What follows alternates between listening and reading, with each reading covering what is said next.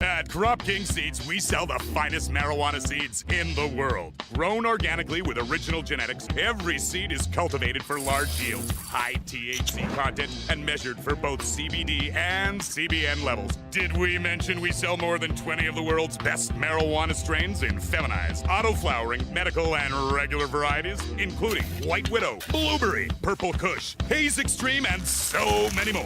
Through our website and friendly call support team, our seeds are available for direct order with speedy worldwide shipping. Crop King Seeds are also sold in over 100 locations worldwide. Excuse me, I'm looking to buy some Crop King seeds. Look no further, my friend. Wow, they're here and in so many strains. Buy your seeds now, in-store or online at CropKingSeeds.com. Or call us toll-free at 1-844-CROP-KING. That's 1-844-276-7546.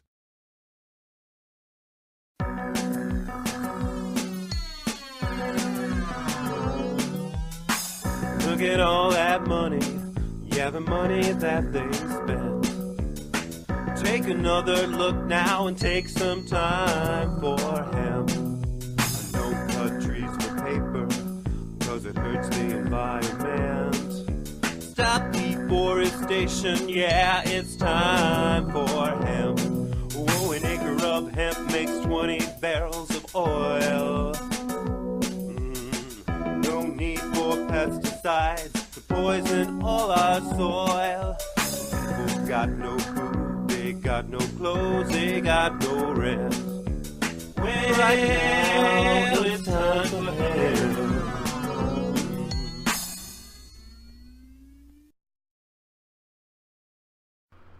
Thank you for taking time for Hemp. I'm your host, Casper Leitch. This is the first part on the topic of the global hemp industry. And I'm very excited to have as my joint host today, Andrea Hermann. And Andrea, I'm going to let you introduce our guests throughout the broadcast. And also, I want to thank you for being part of our big program. Yeah, so on our agenda this morning is Steve Levine with the Hemp Industry Associations, and Steve Levine is the ex-president of the Hemp Association and still sits on our board, and he has been involved in the Hemp Industry Association since 1997, and so welcome. Thank you very much, and as you know, I also serve on the board of Vote Hemp, which is the nonprofit industrial hemp lobby group. The Hemp Industry Association, known as HIA, is also a nonprofit industrial hemp group, but we're a trade organization. So we represent businesses, industrial hemp businesses and farmers and researchers. There's actually about 20 states that have passed legislation of some sort. 9 states have actually legalized it, most notably in Colorado and Washington. Well, besides Colorado and Washington, Kentucky has been amazing, and we're getting strong support from their very conservative U.S. senators. So we're very encouraged. We have, like I had mentioned, many states that have legalized hemp farming and waiting on permission from the federal government, as always, to allow the states to grow hemp. This has been the situation in the past, but we're a little more encouraged now because there's been a climate change in attitudes about cannabis. I don't know what happened, but we are at a tipping point now. We're not only with industrial hemp, but in all things cannabis. Steve, I have a question, please. Sure. If you were speaking before Congress or the Senate, I'm sure one of them is going to ask you straight up, why is this particular plant so valuable? Why can we not grow all the other plants and create all the other products that we keep talking about from all the other plants that are out there on the market today? Why is it that this plant is so specifically important to the farm community? I mean, seriously, we can create fuel out of varieties of plants. We can create clothing out of cotton. I mean, surely there's got to be an answer to that. Well, I mean, of course, there's the whole confusion or misrepresentation or misspeaking about what cannabis is, because there's definitely different kinds of cannabis. But generally, we're talking about high THC and no THC, and industrial hemp has no THC. The problem here is that we cannot grow the plant. Everything about all the products, our industrial hemp products, are legal in the United States. Everything is legal but the plant. So, in other words, it would be like outlawing poppy seed bagels being cooked in the United States, but we can import the bagels from Canada. They'll be 3 times more expensive and they'll be stale, but it's legal. But the plant itself is not legal to grow. So this is our main problem. Why poppy seed muffins and bagels are legal, but industrial hemp food is controversial? It's silly. There's some farming going on now. I'm not a little unclear about that. Andrea may be more in tune with that than I am. But we are making incredible progress, and we are very close to actually legalizing all things cannabis. And I'm looking forward to that. So I don't know if I answered your question. Apparently, we're going to be able to create a huge job base, not just in America, but around the world. Will this have an impact on Wall Street? Will it take the need for Wall Street out of the equation? Will it create more of a cottage industry, not just in our own backyard, but globally?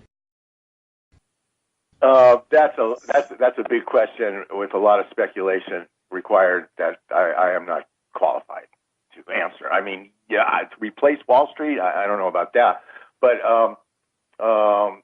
will it be a big time industry? Yes, I totally believe it will be. As we move forward, we need alternative forms of energy. And this is one of the potential values of industrial hemp, is creating hemp fuel. We're actually a long ways off from it, but it is a possibility. And hopefully within the next few years, we can add fuel to the many important uses of hemp, including building materials and food and clothing, paper, etc. All right. Well, Steve, thank you so much for your time today, and we really appreciate all the efforts of the Hemp Industry Association's Vote Hemp and the Hemp History Week team today. Thank you, Andrea, and everybody. Casper, love you guys. Take care. All right. So, Summer, are you on the line there? Hello, I'm here. Well, I'm Summer Star Haskee. I've got Enviro Textiles with my mother, Barbara Philippone.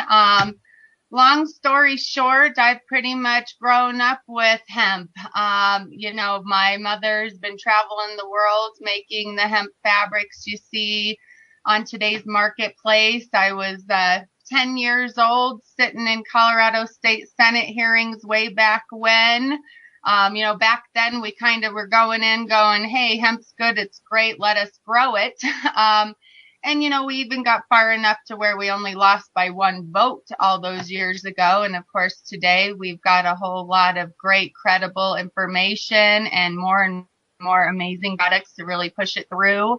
Enviro Textiles is a textile fabric supplier. So we stock over 100 various hemp fabrics in the U.S.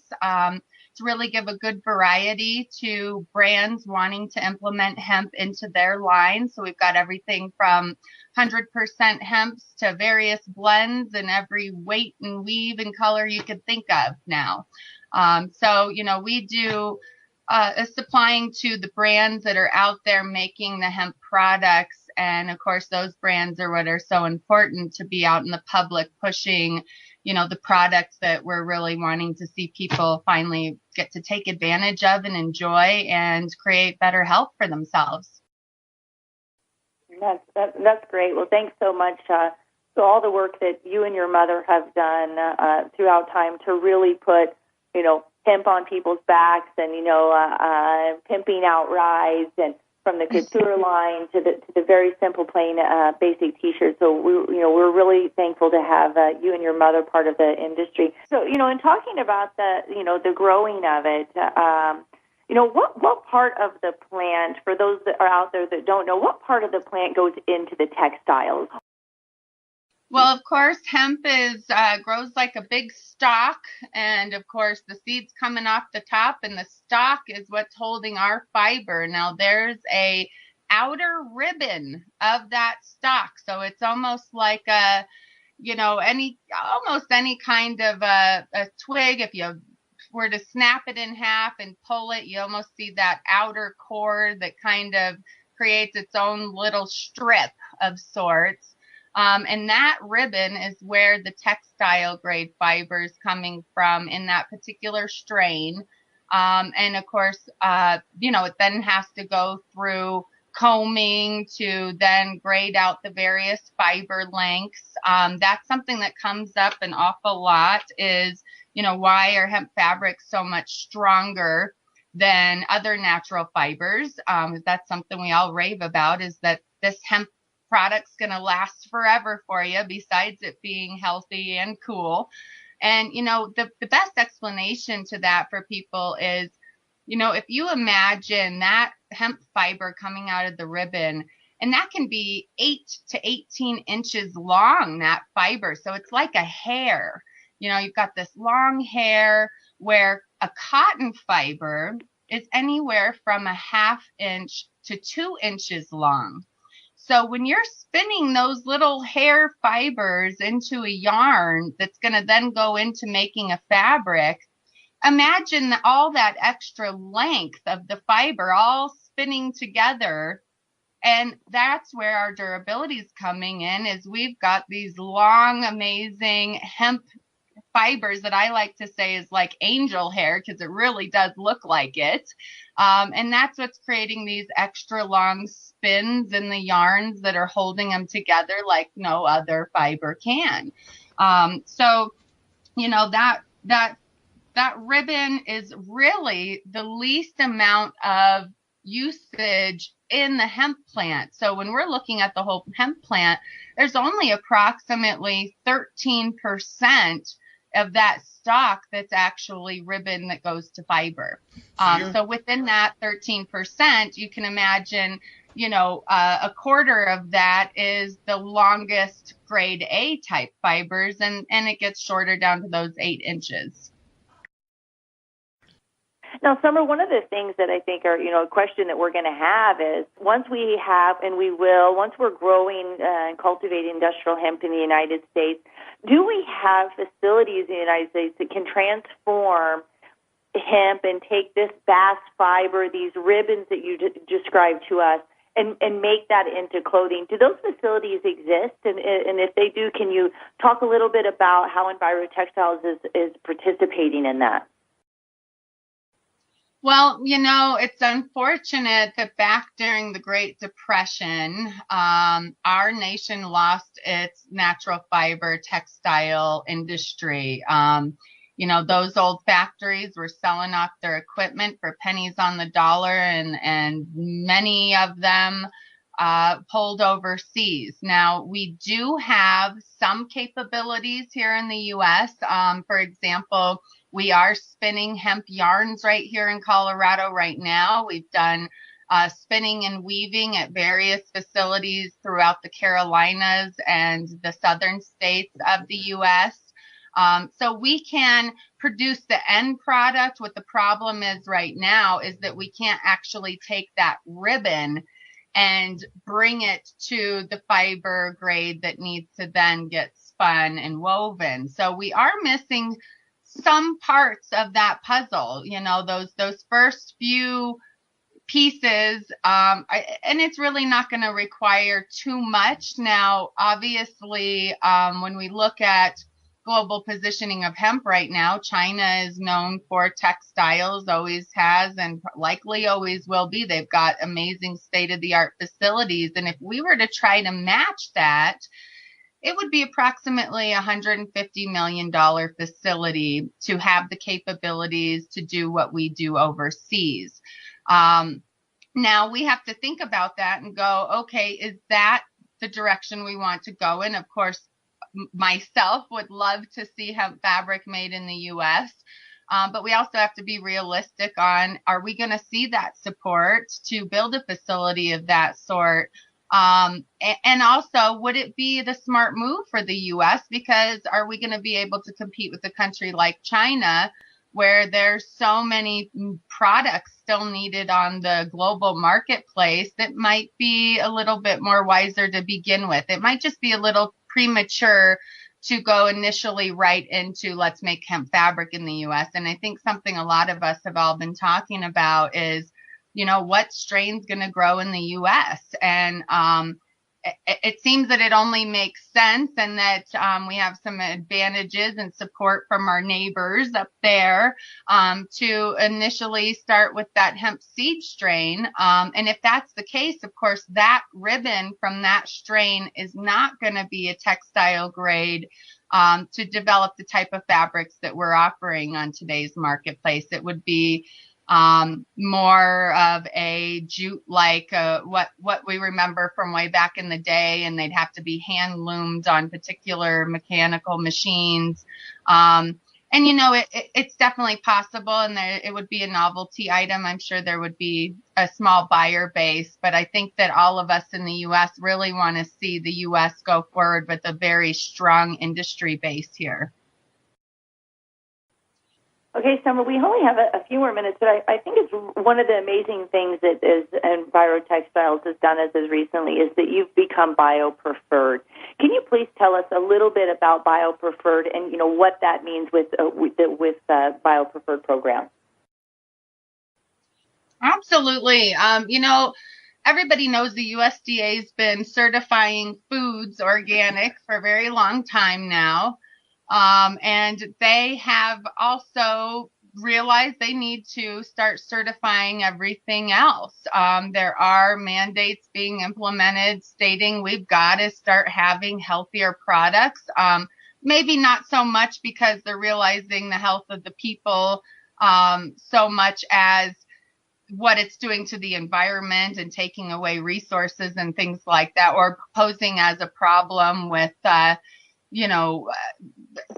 contamination, what have you. There's so many things with these chemical companies and these products that are, putting in all this junk for us that people are starting to realize we have to make change. So the USDA has created what's called their bio-preferred program. And what that is certifying everything under the sun, and they're literally going down to the percentage of bio-based material within that product, which is very similar to our SBP program, which was modeled together. I mean, you have to really start thinking about the full transparency of your product. If one thing in it is good, great, but then you find out later that it took formaldehyde and this big chemical bath to make it happen. And ultimately, that finished product is no longer that natural, let alone healthy for you. And then they're claiming that it can be. So, it's really incredible to see the support from the USDA.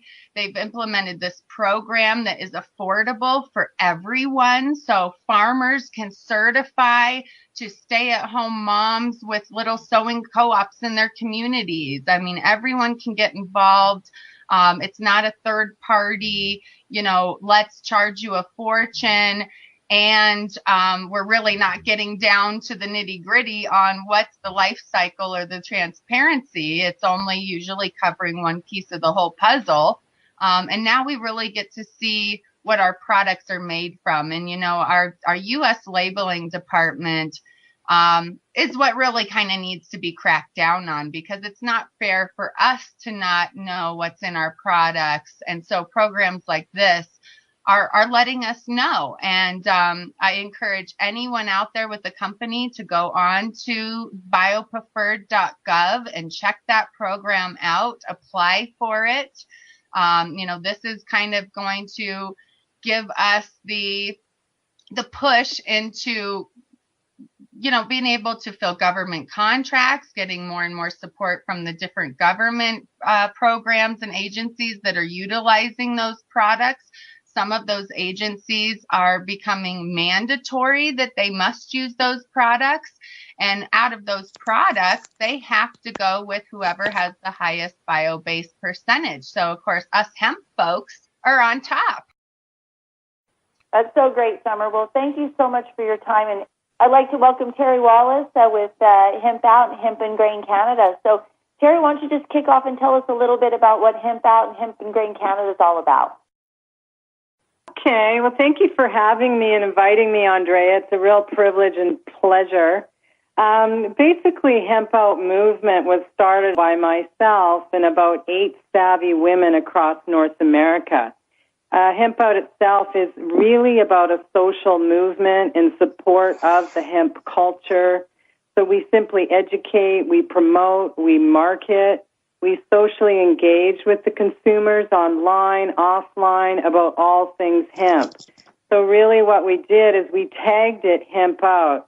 The purpose was simply to educate the masses on hemp. So, I mean, we all know, hemp itself is so misunderstood, and alongside its illicit cousin, cannabis, right? So yet Hemp Out really felt a strong alliance and come together as women to collectively just bring more education to the masses. I mean, we all know that hemp is so versatile. It feeds the planet. It supports the sustainability. And so, Teri, I mean, I know you have such a diverse background. And so can you tell us a little bit, about what the role of Hemp Grain Canada is and how that message comes across when you're talking about that, looking at the market forces when it comes to hemp foods, when focusing on the nutrition side? Absolutely. I mean, our corporation, Hemp and Grain Canada, I mean, what that is a devoted team of brokers, and we have an infrastructure to provide a source and service in North America, and we do particularly specialize in the hemp ingredient. And now we're working with the Canadian agriculture on the grain. So basically what we do, it's a group of us, and we all come from backgrounds, nutrition. We got clinical nutritionalists, sport nutrition. We got a food alchemist. We've got researchers, and we work towards marketing, direct selling, branding, a lot of technical support in-house to produce, private label products. Our motto is, from seed to sale, we first and foremost support the farmers. We pride ourselves in the vertical integration relationship between us, the farmer, and the consumer. So all in all, it's really a lot of our team, we kind of act more, not so much as brokers, but project managers with every project. And a lot of our business is really around the food industry. So we work together, and we really help people put food onto the market with our consulting team and all of our nutritional information, and we deal direct with, the Canadian agriculture. More importantly is all the hemp that we've been working with, and it's been a lot of fun, and we see a lot of things opening up. I mean, when you talk about the major market forces, Andrea, when it comes to hemp foods, I mean, I truly believe it's today's conscious consumer. So, I mean, when you look at the market force, it's people are waking up. There is, more regulations for growers now, more for food manufacturing, putting hemp-related food out on the marketplace.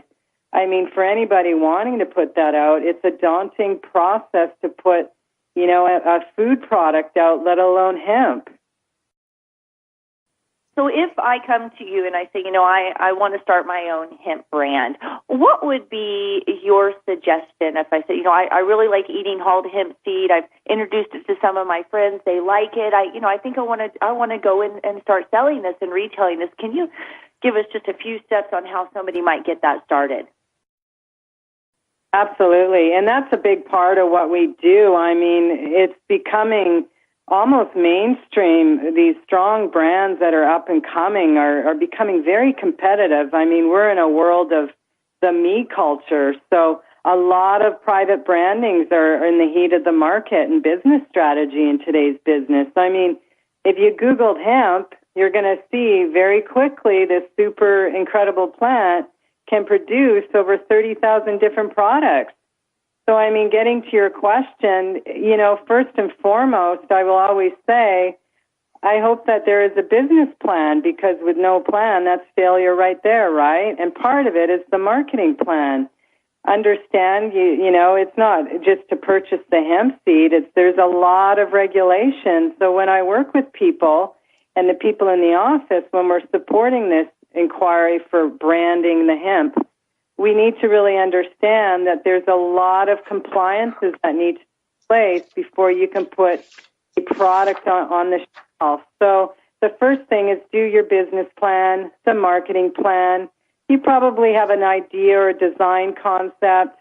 Identify what food particularly you want to put out. Like hemp seed you can put hemp seeds out, protein or hemp oil. So identifying that. Identify your budget.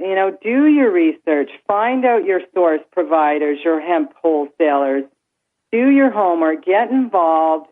Understand there's a lot of the alliances, the HIA, the CHTA. Those groups are there to help and support and educate, and those are important tools for anybody to help identify where they're going and how they want to put a brand and really understand what the involvement of hemp is. And, I mean, the first thing is just understanding the budget, your marketing plan, who's your target market, and then we can look at, services that we can help you with. We can consult with you. We can help you with the labeling. And you've got to comply with the Health Canadas out there and understand that it's not just putting hemp seed into a bag and putting it out there. There's a lot of things that is required. So that's part of what we do at the Hemp Out Agency, as well as other great leaders like Hemp Oil Canada. I mean, we're doing a lot of good things for private brands, and really because hemp is growing. It's got the cool factor. It's going on, right? Now, you're bringing out a really good point about, this collaboration that's happening within the industry. So you've got all of these, the companies are really working together to promote their brand, but then they're also not just promoting their own brand.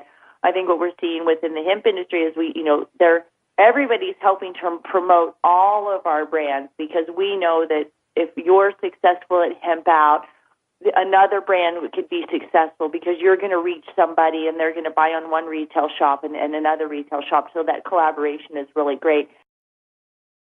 I need to jump in here to wrap up the show. It is the end of the half hour. I want to remind the audience to please tune in next time for part 2 of the global hemp industry, where we will be bringing you more of the global hemp leaders.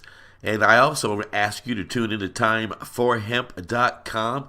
Check us out on iHeartRadio, Tumblr, SoundCloud, Roku TV. We're looking for a lot of ways to get the voice of the marijuana movement louder and prouder. And we can only do that when you share us with your friends. And remember, the next time you hear me, you'll know that it's time for hemp.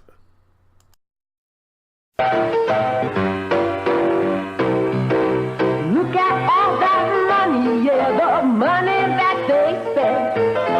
Take another look and spend some time for him. Don't cut trees for paper, cause it hurts the environment. Stop deforestation, yes, it's time for him. Whoa, an acre of hemp makes 20 bales of oil. No need for pesticides to poison all our People got no food, they got no clothes, they got no